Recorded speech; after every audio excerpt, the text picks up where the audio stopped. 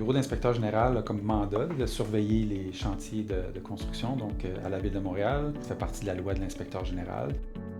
La surveillance de chantier qu'on fait cet été spécifiquement, on couvre des projets intégrés. Les projets intégrés, c'est des projets qui ont un peu de tout.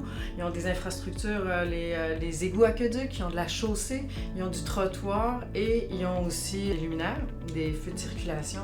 Ce qu'on vise en fait beaucoup, c'est la fourniture de matériaux. On veut s'assurer que les matériaux qui sont fournis à la ville correspondent effectivement à ce qui est prévu au devis. Avant de partir sur le chantier, on a tout un travail d'analyse à faire. Et puis, au bureau de l'inspecteur général, on est chanceux, on a vraiment une équipe multidisciplinaire.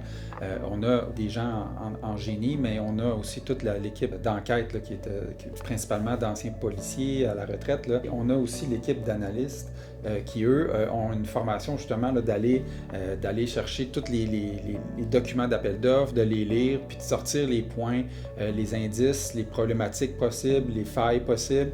Et on a aussi une équipe juridique qui sont là aussi à nous appuyer pour toutes les questions qui peuvent être quand même très pointues dans ce domaine-là, dans le domaine contractuel. Quand on va sur un chantier, on parle à tout le monde.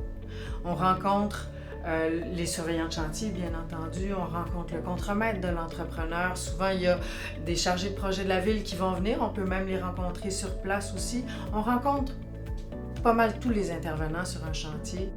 Le principal bénéfice revient, moi je pense, aux citoyens. Le bureau d'inspecteur général est vraiment indépendant, donc on peut regarder autant ce que les fonctionnaires font, ce que les entrepreneurs font, ce que les surveillants font, et puis on peut essayer d'améliorer puis de recommander des meilleures pratiques.